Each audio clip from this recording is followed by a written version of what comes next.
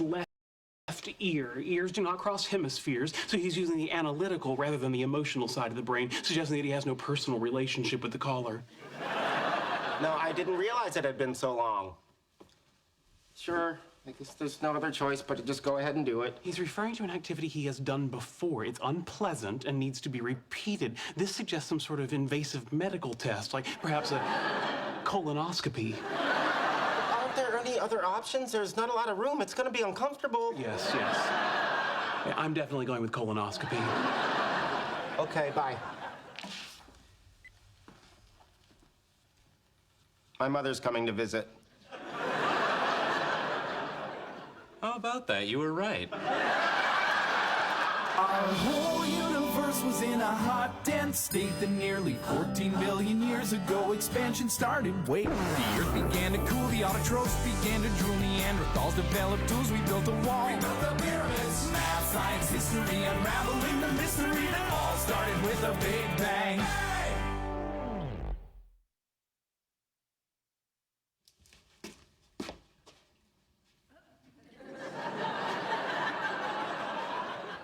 It's out of order. Yes, I can read the sign. I'm just pondering the implications. I think it implies that the elevator doesn't work. Again, I can read the sign. But the sign and the tape are covered with a layer of dust, which indicates that the elevator has been non-functional for a significant amount of time, which suggests either a remarkable passivity among the, I assume, 24 to 36 residents of this building based on the number of mailboxes and given typical urban population density, or a shared delusion of functionality. You must be Leonard's mother. Oh, I don't know if I must be, but yes. I'm Penny. I'm his neighbor. Oh, Dr. Beverly Hofstadter. Oh, nice to meet you. Oh, you're a handshaker. Interesting. Why don't you come with me? I'll walk you to the apartment. Oh, all right. Would you like to exchange pleasantries on the way? Yeah, sure, I guess. All right, you start. Okay. You know, I've always been curious. What was Leonard like when he was little? Oh, I think you mean young. He's always been little. Right. Okay, what was he like when he was young? You'll have to be more specific. Oh. Okay, like 5 or 6.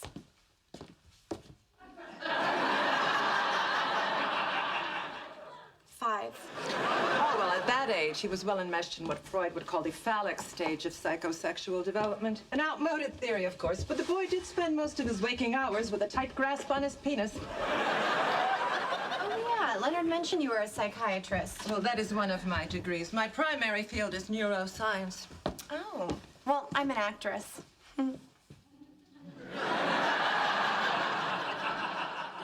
Why? What do you mean, why? Well, there are studies that suggest that many who go into the performing arts suffer from an external locus of identity. Yeah, I don't know what that means. Well, it means you value yourself only as others value you, which is often the result of unmet childhood emotional needs.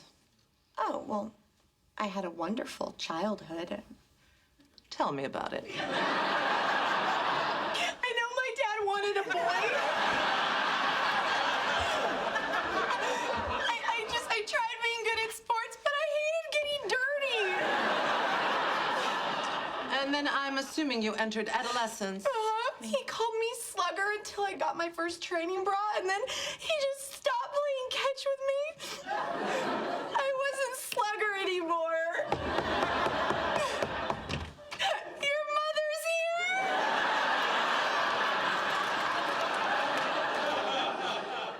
If you want to have intercourse with that girl, find out what kind of cologne her father wore. Good to see you, Mother. Here's your tea, Mother. Oolong? Yes. Loose, not bagged? Yes. Steeped 3 minutes? Yes. 2% milk? Yes. Warmed separately? Yes. 1 teaspoon sugar? Yes. Raw sugar? Yes. It's cold. I'll start again. I have the same problem with him. My theory is that his lack of focus stems from an overdeveloped sex drive. I don't know where he would have gotten that. Aside from a pro forma consummation of our marriage, his father and I only had intercourse for the purposes of reproduction. That seems a fairly efficient arrangement. Yes, we think so. We've both done papers on it. Mine from a neuroscientific point of view and his from an anthropological. Mine, of course, was the only one worth reading. Of course. I would very much like to read about your sex life. Well, it's all online, or you can order it from the Princeton University Press. Here's your tea, Mother. So, what are you guys talking about? The frequency with which your parents had intercourse. Swell. If you're lucky, maybe she'll show you the PowerPoint presentation. I'm sorry, it's on my other laptop. So, Mother, what's new? You'll have to be more specific. All right, what's new with you? Oh, well, I've been having some fascinating menopausal symptoms recently. Maybe something less personal. Oh, your Uncle Floyd died. Oh my God, what happened? His heart stopped beating. I have to urinate.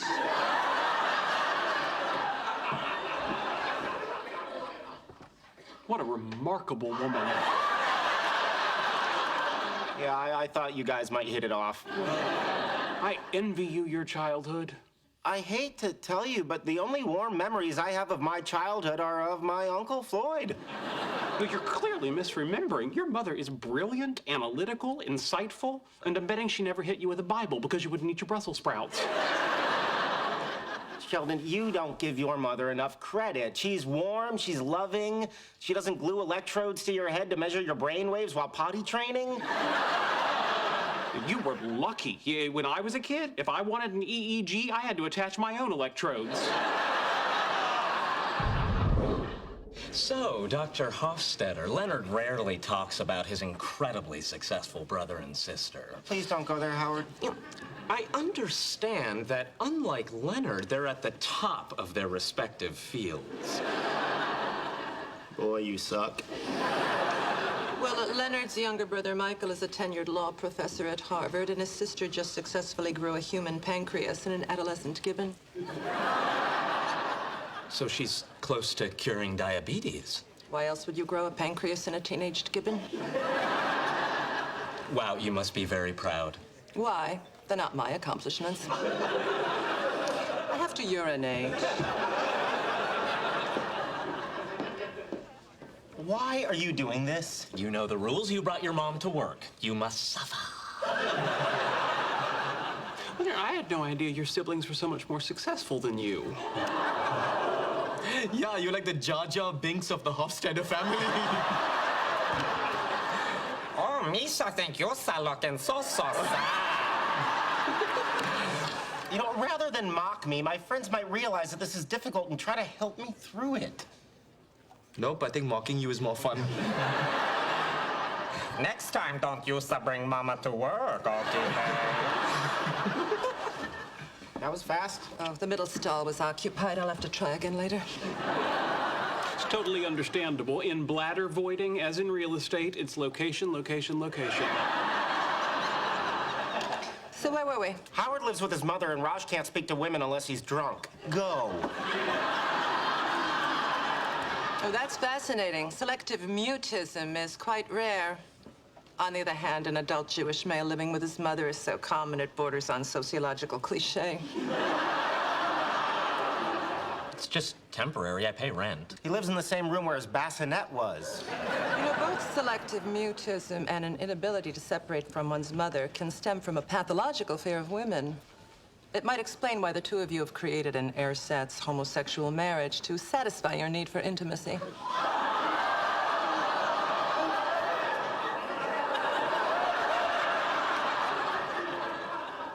Say what? That's basically what I just said. You brought your husband to work. You know the rules.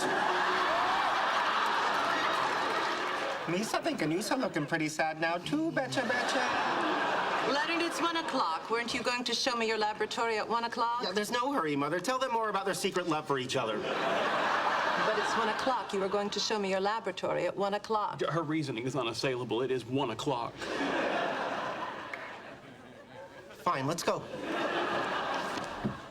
I think you'll find my work pretty interesting. I'm attempting to replicate the dark matter signal found in sodium iodide crystals by the Italians. So no original research? No. Well, what's the point of my seeing it? I could just read the paper the Italians wrote. Okay, just for the record, we're not in an ersatz homosexual relationship.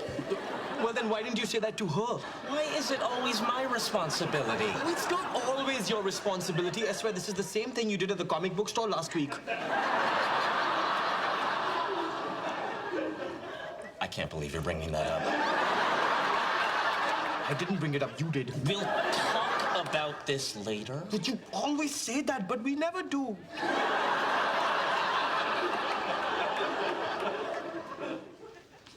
You went to the comic book store without me.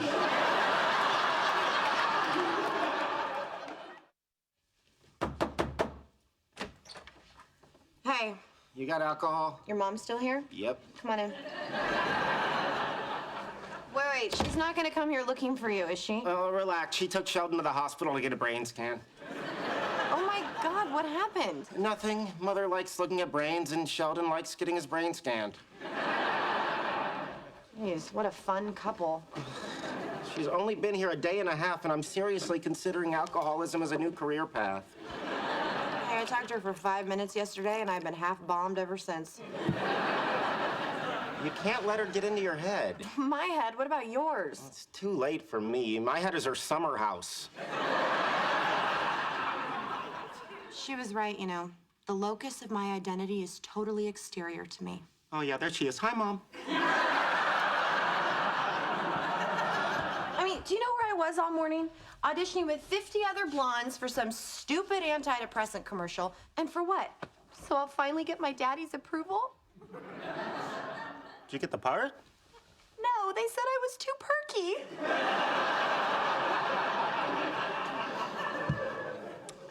You want to talk about not getting love from a parent? You know what I used to do when I was little to have some sensation of human contact? Yeah, you grabbed your penis and wouldn't let go.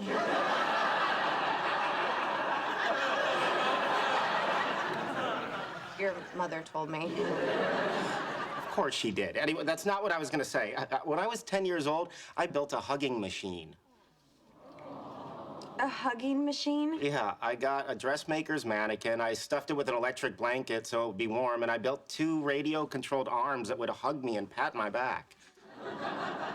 Oh, that is so sad. You know what the saddest part was? What? My father used to borrow it. Your scan data will be very helpful to my research. You have a remarkable brain. I know. Although I've always hated how my right frontal lobe looks in pictures. Common complaint among men. Nothing's ever big enough. Except when they get a tumor, then you never hear the end of it. I'd love to see a scan of your brain sometime. Oh, I'll send you a link, but its physiology is fairly unimpressive. Oh, I can't believe